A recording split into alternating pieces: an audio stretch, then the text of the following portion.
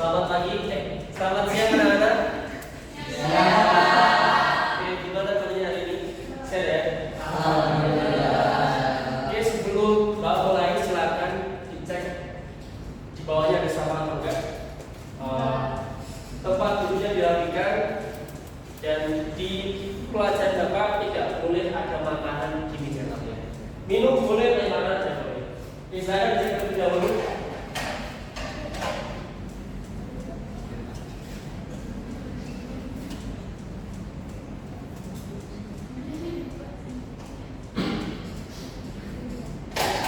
Sudah ya?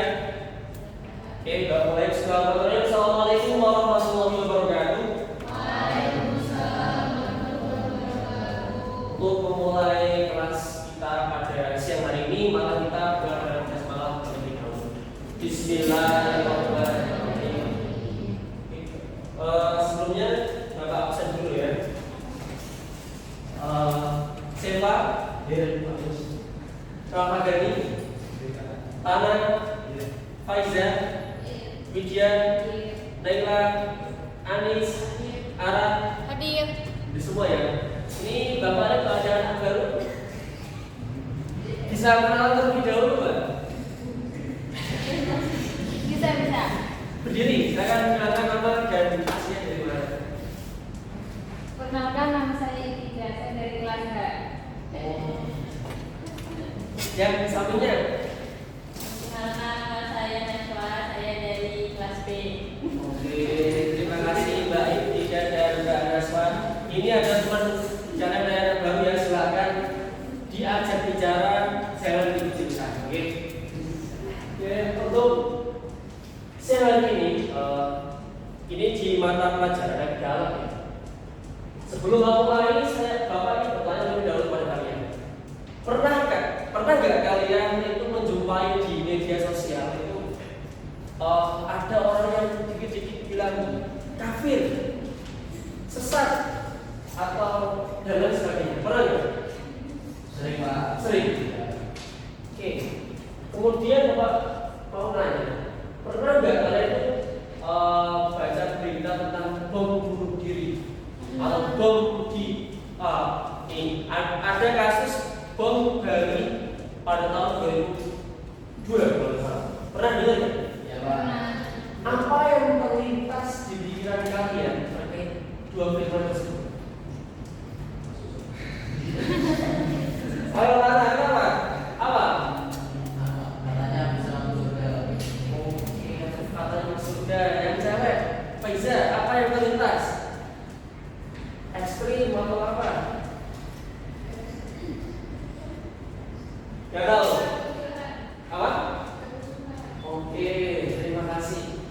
Untuk kali ini ya, pada mata pelajaran dalam kita akan membahas apa itu akidah, apa itu membedah batas tawassul dan tasawuf. Balik. Oke, untuk pertemuan kali ini kita akan menggunakan model PBL ini, pembelajaran berbasis data. Jadi nanti Bapak akan memberikan lembar soal atau yang kerjaan. Nanti kelas ini akan dibagi menjadi dua kelompok. Ini untuk yang cowok, silakan. Nah, dalam lembar kita tersebut sudah ada materi tambahan, ya meskipun di buku paket cerai sudah ada.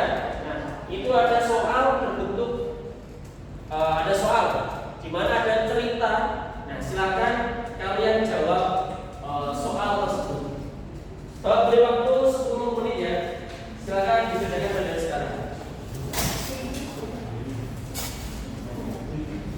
Silakan kerjakan. Diam-diam gimana?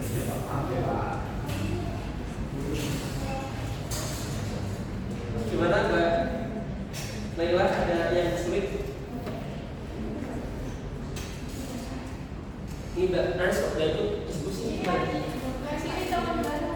Yang anak yang baru belajar dong. Wah ini dibiarkan. Mendekat enggak? Wah, gimana Mas Ramadhan itu ya? Selesai. Jadi cek dulu. Nanti disuruh maju salah. Gimana? Siapa kalau mendampingi kembali ya? Dan sahabat nih Pak. Kami di simpan dulu ya, nggak boleh main HP.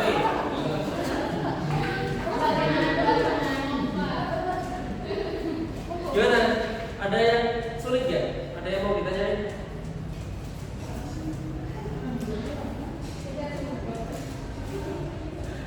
Oke, tinggal 1 menit lagi ya. Silakan. Nanti masing-masing kelompok mengirimkan satu untuk maju ke depan menjawab pertanyaan. Oke, yuk selesai ya. 2 menit lagi. 5, 4, 3, 2, 1. Oke, selesai. Tepuk tangan dulu.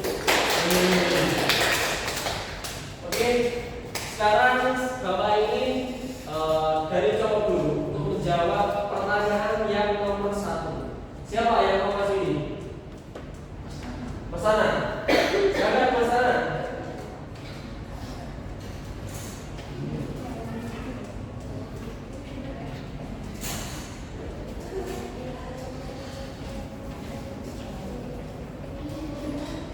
Silakan dibaca soalnya terlebih dahulu.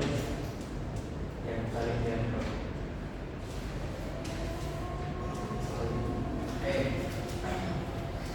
Baik, di sini saya akan menyampaikan hasil diskusi dari kelompok kami. Untuk soalnya yaitu ketua RT beranggapan bahwa duduk di belakang dan ikut memimpin saat ritual agama lain hanyalah untuk penghormatan. Menurut pendapatmu, kenapa alasan niat cuma menghormati ini salah secara aturan agama? Mengapa tindakan tersebut justru melenceng dari prinsip tawasul? Berarti yang diberartikan ini temennya. Jadi hasil diskusi kami itu menyatakan bahasanya logika ketua RT itu keliru. Dalam Islam, niat yang baik itu tidak bisa melegalkan perbuatan yang melanggar syariat atau kaidahnya al-ghayah al-mubarrirun wasil. Sikap duduk diam dan menuntut dalam majelis ritual agama lain itu bukanlah tasamuh, melainkan bentuk persetujuan pasif. Sikap tawasul yang benar adalah tegas menolak campur aduk ibadah tanpa harus bermusuhan. Tepuk tangan untuk masalah. Sekarang Bapak tanya kepada kelompok 2 nih. Dari jawaban tersebut sepakat ya? Sepakat. Sepakat. Kenapa nggak sepakat? Karena apa? Benar tadi bilang. Kenapa nggak sepakat? Benar. Jangan dijawab benar. Yang serius. Oke. Karena dalam arti itu salah bertangan dengan. Sekarang kelompok 2 silakan untuk maju. Siapa? Ayo, kelompok 2. Ayolah.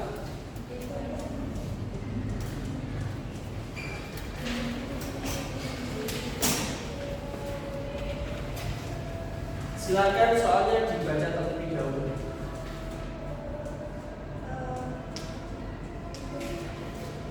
Tentukan batas toleransi dalam kegiatan. Iya benar. Tentukan batas toleransi dalam kegiatan karena perbuatan tersebut jelaskan tentang tindakan yang termasuk dilakukan di SMA tersebut dan di mana dapat juga tindakan itu mulai melanggar prinsip agama. Jawabannya yaitu menurut saya batas toleransi atau kesalahan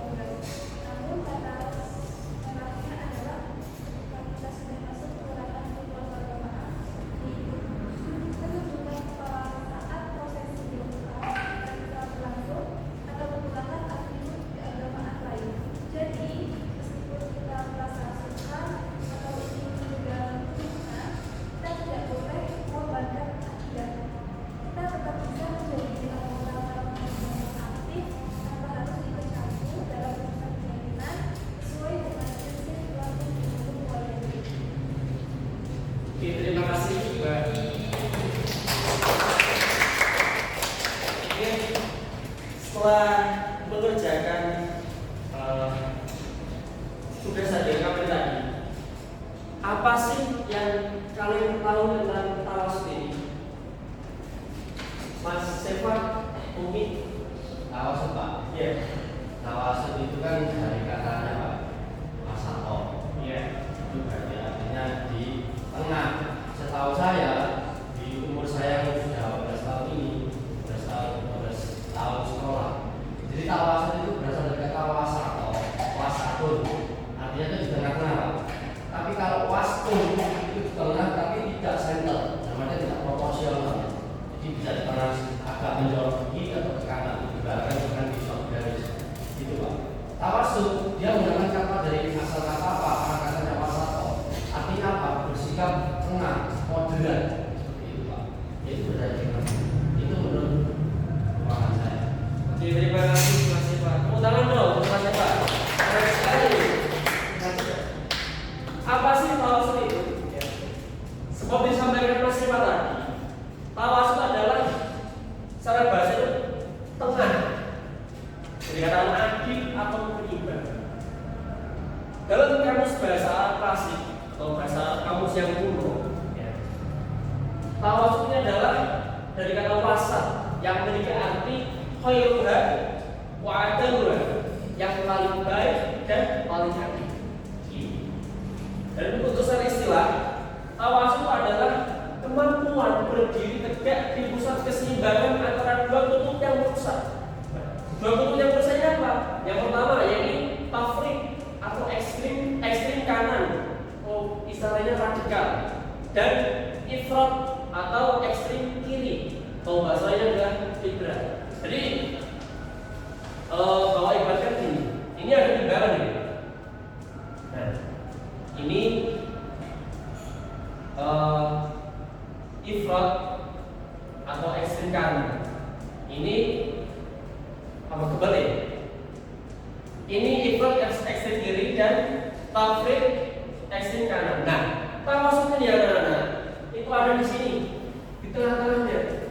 Jadi, jika diibaratkan timbangan, sikap tawasud ini adalah di tengah-tengah. Jadi kita tidak ekstrim kanan dan juga ekstrim kiri. Untuk istilah lainnya, yaitu tawasud adalah menyeimbangkan antara wahyu atau nakal dan akal. Yani wahyu apa aja? Bisa Al-Quran ataupun hadis. Kemudian menyeimbangkan dengan akal. Jadi kita tidak mau mentah-mentah Al-Quran atau hadis, tapi kita juga mau menggunakan akal atau rasio kita untuk memahami hal tersebut. Selanjutnya, dalam Al-Quran Allah berfirman mengenai tentang tawasud ini dalam Al-Quran surah Al-Baqarah ayat 103. Wa kadzalika ja'alnakum ummatan wasatan litakunu syuhada'a 'alan nasi wa yakuna rasulu 'alaikum shahidan. Coba kalian itu maka sudah beri banyak wasatan. Jadi Al-Quran itu sudah memberikan kita atau menjadikan umat manusia itu menjadi wasaton yang tawasud, yang tengah-tengah, tidak ekstrim kanan dan tidak ekstrim kiri. Selanjutnya, kemudian apa pilar dari tawasud? Nah, dalam buku bacaan Bapak, meskipun ini bisa dikatakan pengertian lain, definisi lain, pilar tawasudnya ada 3. Yang pertama yaitu tawazun atau keseimbangan. Kemudian iktidal, keadilan, dan iktisad. Meskipun ada di buku lain tawazun ini itu masuk definisi yang lain atau berbeda dengan tawasud sendiri. Untuk selanjutnya, kemudian apa sih tasamuh itu? Tasamuh dari bahasa Arab yakni berasal dari kata samuha yang bermakna bermurah hati, pemaaf, dan memudahkan. Kalau istilah kerennya sekarang di Indonesia khususnya itu adalah toleransi. Ya. Tasamuh itu untuk istilah toleransi. Tasamuh adalah memberikan ruang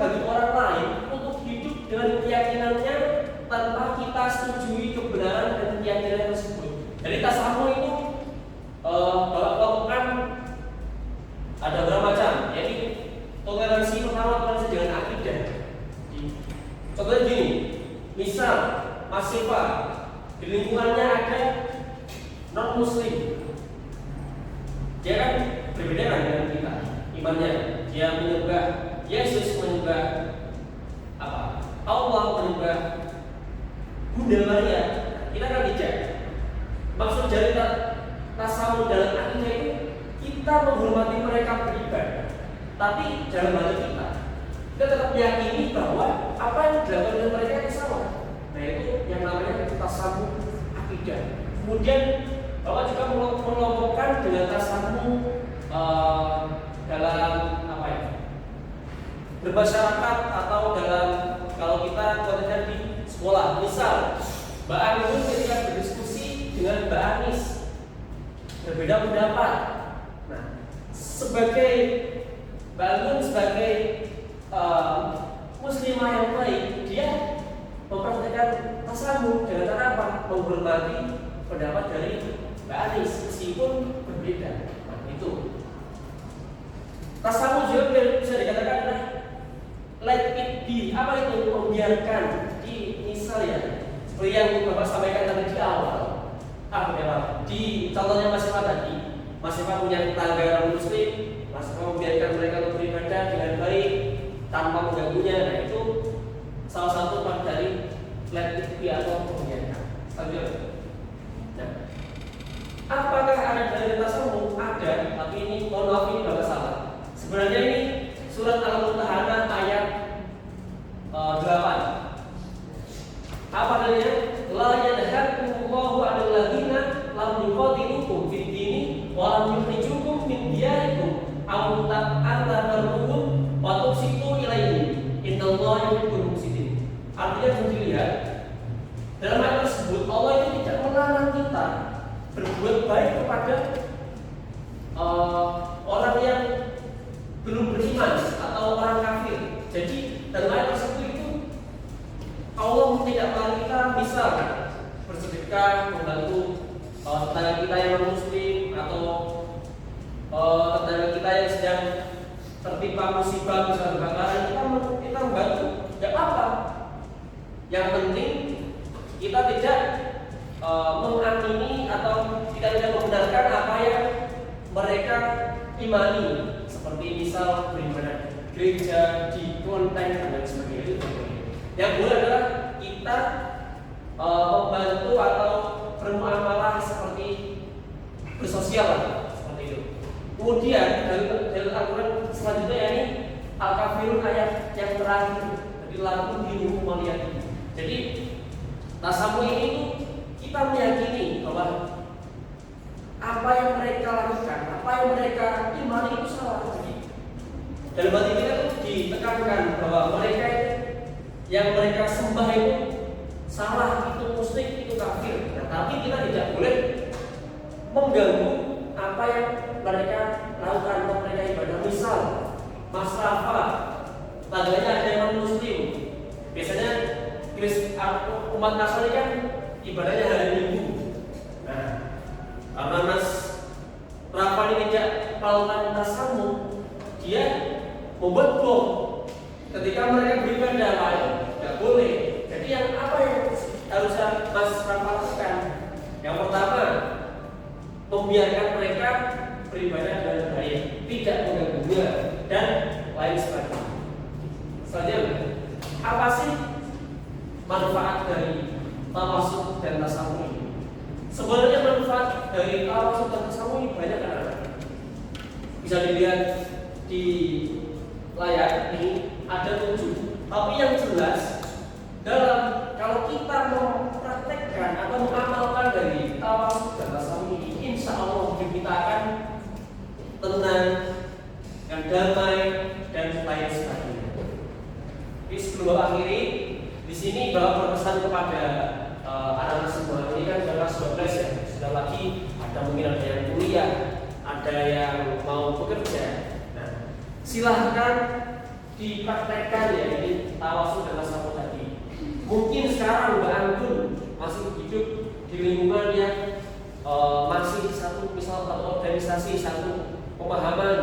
Nah, tidak menutup kemungkinan bahwa besok nanti ketika kuliah akan menjumpai teman-teman dengan organisasi yang lain. Misal ada yang NU, ada yang Muhammadiyah, ada yang LTI, ada yang dan sebagainya. Nah, harapannya Kakak Agung nanti sudah masuk dunia perkuliahan bisa saling menghargai. Jadi kalau saya kaget ini kok sholatnya pakai kurung, ini kok kalau sholat maghrib bismillahnya kok dikeraskan. Nah, jadi baru harus bisa menghargai.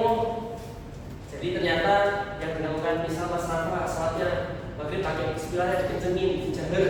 Nah, itu mengikuti imam ini, itu ada dalilnya. Harapannya ketika teman kalian semua sudah kuliah atau bekerja, silahkan dipelajarkan tauhid dan tasawuf ini. Ini waktunya sudah habis. Habis ini ada kelas lagi nggak? Apa udah selesai? Ada. Oke. Mungkin itu yang Bapak sampaikan. Kalau dia bermaaf, oh ya, ada tugas. Silakan LKS-nya dikerjakan halaman 21. Besok minggu depan dikumpulkan. Ada yang mau tanyakan terkait? Sudah aman ya? Oke. Akhir kalam. Wassalamualaikum warahmatullahi wabarakatuh. Waalaikumsalam warahmatullahi wabarakatuh.